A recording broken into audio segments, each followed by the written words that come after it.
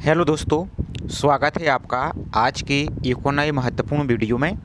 आज के वीडियो में हम देखने वाले हैं एमपी ईएसपी के द्वारा जो हाल ही में आपका ग्रुप 2 सब ग्रुप 3 यानी समूह 2 उप समूह 3 के पदों के लिए नोटिफिकेशन जारी किया गया था, जिसमें आपकी जो रूल बुक थी उसमें आपकी फॉर्म फिलअप की डेट थी 9 सितंबर से लेकर आपकी 23 सितंबर 2025 तक। तो अभी तक आपके इसके ऑनलाइन फॉर्म आपके फिल नहीं हुए थे, आपकी लिंक भी ओपन नहीं हुई थी।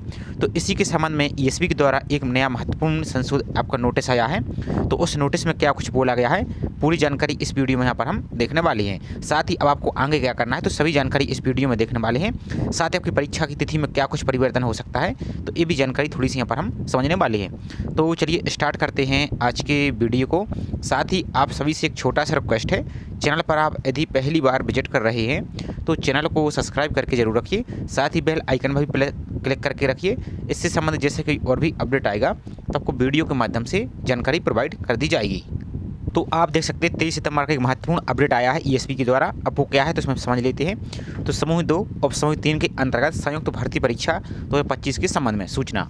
तो मध्य प्रदेश कर्मचारी चयन मंडल द्वारा समूह 2 और समूह 3 के अंतर्गत संयुक्त भर्ती परीक्षा का विज्ञापन क्रमांक आपका 2 सितंबर 2025 को जारी कर नियम पुस्तिका मंडल की वेबसाइट पर प्रदर्शित की गई थी। उक्त परीक्षा की ऑनलाइन आवेदन भरने की दिनांक 9 सितंबर से आपकी 23 सितंबर यानी आपकी आज ही लास्ट डेट रखी गई थी, परंतु संचालनालय नगरीय प्रशासन एवं विकास मध्य प्रदेश द्वारा प्रदेश के कुछ नगर पालिका निगमों के पद भी उक्त परीक्षा में सम्मिलित किए जाने एवं आवेदन पत्र की प्रक्रिया को कुछ दिनों के लिए स्थगित करने बाबत हेतु अनुरोध किया गया है। उपरोक्त अनुसार अभ्यर्थियों के हित को दृष्टिगत रखते हुए एवं परीक्षा में पद की संख्या वृद्धि के दृष्टिगत आवेदन प्रक्रिया को स्थगित करते हुए रिक्त पदों को सम्मिल कर अद्यतन नियम पुस्तिका मंडल की वेबसाइट पर शीघ्र ही जारी किया जाएगा एवं तदनुसार आवेदन पत्र की प्रक्रिया को यथाशीघ्र प्रारंभ किया जाएगा। तो आप सभी के लिए मैंने जैसा कि पहले भी वीडियो को बताया था कि कुछ आपके डिपार्टमेंट ऐसे थे कि उनकी जो भी वैकेंसी यहाँ पर आपको ऐड होनी थी। अब यदि आपकी 9 सितंबर से फॉर्म फिल स्टार्ट कर दी थी तो आज आपकी लास्ट निकल जाती, तो बहुत से पद आपके यहाँ पर रह जाती। तो इससे आपके लिए घाटा था, इससे आपको फ़ायदा नहीं था, तो आपके हित के लिए यहाँ पर हुआ है। तो इसमें अब हो सकता है कि कुछ और डिपार्टमेंट के द्वारा आप देखते हैं कौन कौन से पद यहाँ पर और शामिल हो सकते हैं। तो ये आपके लिए अच्छी खबर है, बुरी खबर नहीं है। और एक बात और आपका क्या है, एग्जाम डेट की बात करें तो आप पुरानी जो रूल बुक है उसमें एग्जाम की डेट आप देख सकते हैं।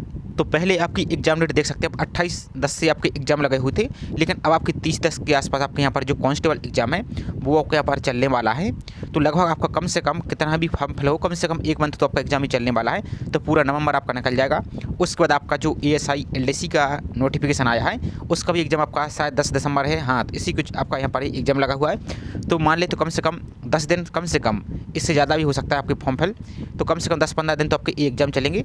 तो फिर आपका कुछ ही दिन बचते हैं, हो सकता है कि आपका लास्ट दिसंबर में, क्योंकि इसमें ज़्यादा फॉर्म फिल नहीं होते हैं, मुश्किल से 5 से 6 दिन ही आपका एग्जाम यहाँ पर चलते हैं। तो हो सकता है कि आपके लास्ट दिसंबर आपका एग्जाम करा लिया जाए, या फिर आपका फिर जनवरी के फर्स्ट वीक या सेकंड वीक या जनवरी में कभी भी आपका एग्जाम हो सकता है। तो आपको अपनी प्रिपरेशन कैसे करना है, तो नवंबर को टारगेट करके ही आपको एग्जाम की प्रिपरेशन करते रहना है। दिसंबर के लास्ट आपका एग्जाम हो भी सकता है।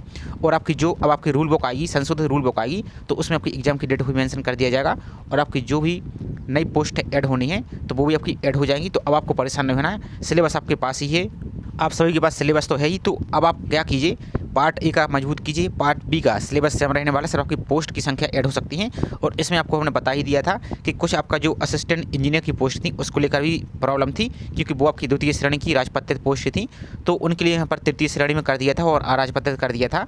तो इस कारण से बात था, क्योंकि ये पोस्ट आपकी जो है एमपीपीएससी के द्वारा आपकी एग्जाम यहाँ पर कंडक्ट किया जाता है, तो इसको लेकर भी समस्या थी। तो अब आपको आई होप ये जानकारी आपकी क्लियर हो चुकी होगी। तो अब आपको करना क्या है, आप अपनी प्रिपरेशन को कीजिए। और दूसरी बात, अब आपका जो रूल बुक है दोबारा से नई रूल बुक आएगी, तो जैसे रूल बुक आती है तो उसको हम आपको अलग से वीडियो प्रोवाइड कर देंगे, तो आपको परेशान नहीं होना है। और अब आपको 3 काम कर लेना। क्या है, पहला तो जो मध्य प्रदेश के निवासी अभ्यर्थी हैं वो, और जो मध्य प्रदेश के बाहर के अभ्यर्थी वो, यहाँ पर देख लीजिए फॉर्म फिल के लिए आपको रोजर पंजीयन की ज़रूरत पड़ेगी, इसके बिना आप फॉर्म को फिल नहीं कर पाएंगे। अभी आपके जैसे कांस्टेबल का फॉर्म चल रहा है और आपकी जो पुलिस के फॉर्म आने वाले तो उसमें रोजर पंजीयन की छूट दे दी गई है, लेकिन आपके जो और अन्य एग्जाम आने वाले उसमें रोजर पंजीयन की आवश्यकता पड़ेगी। तो जब आपकी ऑनलाइन फॉर्म स्टार्ट हो जाती हैं तो उस टाइम क्या होता है कि ज़्यादा सर्वर पर लोड होता है, तो फिर आपका रोजर पंजीयन नहीं होता है। तो आप क्या कीजिए, अभी आपकी फॉर्म फिल की डेट बढ़ चुकी है तो आराम से रोजर पंजीयन को कर लीजिए, क्योंकि आपका एक बार आप अभी जैसे मान लीजिए अभी आप रोजर पंजीयन कर लेंगे तो आपका 3 साल तक के लिए वैलिड रहता है। तो रोज़ाना पंजीयन कैसे करना है तो इसका हमने अलग से वीडियो बना दिया है, लिंक आपको डिस्क्रिप्शन में दे दी, तो उसको देख सकते हैं। दूसरा, यदि आपके प्रोफाइल में कोई मिस्टेक है तो उसको आप एडिट कर लीजिए। आपके जैसे कोई आधार कार्ड में कोई मिस्टेक है तो उसको आप अपडेट कर लीजिए। तीसरी बात, आप प्रीवियस पेपर को भी लगा लीजिए। यदि आप बोलेंगे तो हम भी आपको प्रीवियस पेपर कवर करा देंगे, और हमने 102 पेपर आपको कवर भी कराया है, तो आप चैनल पर सर्च करके उसको आप देख सकते हैं। कि आप बाकी आपके लिए कुछ और अच्छी महत्वपूर्ण जानकारी बताएं तो जैसे आपकी ग्रुप 2 सब ग्रुप 3 की जो पोस्ट है, इसी तरह की आपकी एक वैकेंसी आई है, किसमें बीपीएससी में आई है। तो यदि आप एलिजिबल हैं तो इसको जरूर अप्लाई कीजिए। यदि इस फॉर्म के लिए अप्लाई कर रहे हैं तो जैसे आप देखिए, ये आपका बीपीएससी के द्वारा वैकेंसी निकाली गई है। इसमें यहाँ पर आप इतनी वैकेंसी, इसमें प्लस आपकी 2 पोस्टें, यानी टोटल आपकी 6 पोस्ट और बढ़ा दी गई हैं। तो इसमें भी आप ऑल इंडिया के अभ्यर्थी से अप्लाई कर सकते हैं। सेम आपके यहाँ पर भी वही योग्यता है। तो यदि आप इसके लिए अप्लाई करना चाहते हो इसको भी अप्लाई कर सकते हैं। इसमें ना तो आपका इंटरव्यू होगा ना आपका मेंस होगा, डायरेक्ट सिंगल स्टेप एग्जाम होने वाला है। आपका पेपर 1 और पेपर 2 आपका यहाँ पर एग्जाम होगा। तो यदि इसके लिए भी एलिजिबल हैं तो इसका भी अप्लाई जरूर कर लीजिए, इसमें भी आपको चांस रहेगा। और कहने का मतलब ये है कि आप किसी एक पोस्ट के भरोसे मत बैठिए। आपके जैसे भाई कांस्टेबल का एग्जाम चला उसको भी जरूर अप्लाई कीजिए, आपका एसआई भी आने वाला है उसको भी अप्लाई कीजिए। साथ ही आपका यदि आपका कुछ वैकेंसी और चल रही है, सबकी जो एकलव्य मॉडल आवासीय विद्यालय है, जो EMRS है, इसमें भी आपकी 7200 पोस्ट के आसपास आपके यहाँ पर वैकेंसी है, 7200 के आसपास। तो उसमें भी आपकी कुछ पोस्टें लैब अटेंडेंट की भी आई हैं। तो मीन्स कहने का मतलब ये है कि सभी पोस्ट के लिए जरूर अप्लाई कीजिए और सभी की अपनी प्रिपरेशन करते रहिए। बाकी जो ESP का नोटिस है आप भी चेक कर सकते हैं, कैसे चेक करना है। तो आप सिंपल सा है, ESP की आप वेबसाइट पर आएंगे, इस प्रकार से आपको जो पहली लिंक दिखा रही है ESP-mponline.gov.in, तो इसको इस प्रकार से भी क्लिक करेंगे। इंग्लिश वाले ऑप्शन पर आप यहाँ से क्लिक कर देंगे, इस प्रकार से क्लिक करना है आपको। और यहाँ पर आपको जो देखिए ऊपर की ओर आपको दिख रहा है नोटिस, ग्रुप 2 सब ग्रुप 3 कंबाइंड रिक्रूटमेंट टेस्ट, इस पर आप क्लिक करेंगे तो यहाँ पर आपको ये नोटिस को आप भी पढ़ सकते हैं। और इसी तरीके से जैसे कोई और भी अपडेट आएगा तो आपको इसी तरीके से वीडियो के माध्यम से आपको जानकारी प्रोवाइड कर दी जाएगी। साथ ही वैकेंसी की बात करें जो आपकी ग्रुप 2 सब ग्रुप 3 है, इसमें क्या होगा कि जो आपके पोस्ट हैं ये तो आपके यहाँ पर रहेंगे ही। इसमें कोई सिर्फ आपका नगर पालिका जो आपका कौन सा है, जो AE वाला, असिस्टेंट इंजीनियर वाला, तो इसको यहाँ पर हटाया जा सकता है। बाकी आपकी जो पोस्टें सेम आपकी सेम रहने वाले हैं।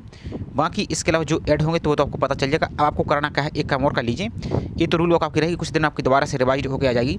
लेकिन आपको एक बात ध्यान देना, आपको किसी की बात पर भी भरोसा नहीं करना है। वो क्या बात है कि जिस पोस्ट के लिए आप एलिजिबल हैं उस पोस्ट को पहले आपको फिल करना है। जिस पोस्ट के लिए आपको डाउट है या आपके पास योग्यता नहीं, उस पोस्ट को आपको हाथ नहीं लगाना है। क्योंकि बहुत से अभ्यर्थी ये भी सोचेंगे कि चलो हम इनको लास्ट में फिल कर देते हैं, तो लास्ट में फिल करने से कोई फ़ायदा नहीं है।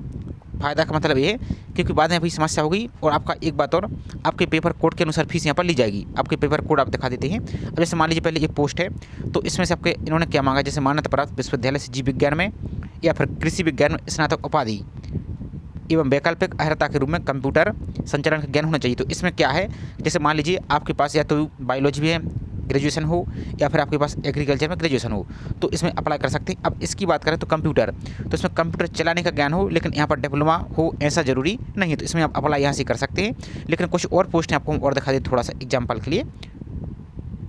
यहाँ पर आप और देखेंगे, थोड़ा सा आपको दिखा देते हैं। हालांकि आपकी रिवाइड होकर आएगी, लेकिन क्वालिफिकेशन आपकी सेम यहाँ पर रहने वाली, तो इसमें कोई भी संशोधन यहाँ पर नहीं होगा। थोड़ा सा आपको दिखा देते हैं। और एक बात और आपको ध्यान रखना है, क्योंकि आप आगे बहुत गड़बड़ करने वाले हैं। क्या कि जहाँ पर जैसे लिखा है, जैसे आपके मान लीजिए ये पोस्ट है सीधी भर्ती प्रयोगशाला तकनीशियन। अब इसमें इन्होंने क्या योग्यता मांगी, समझिए बात।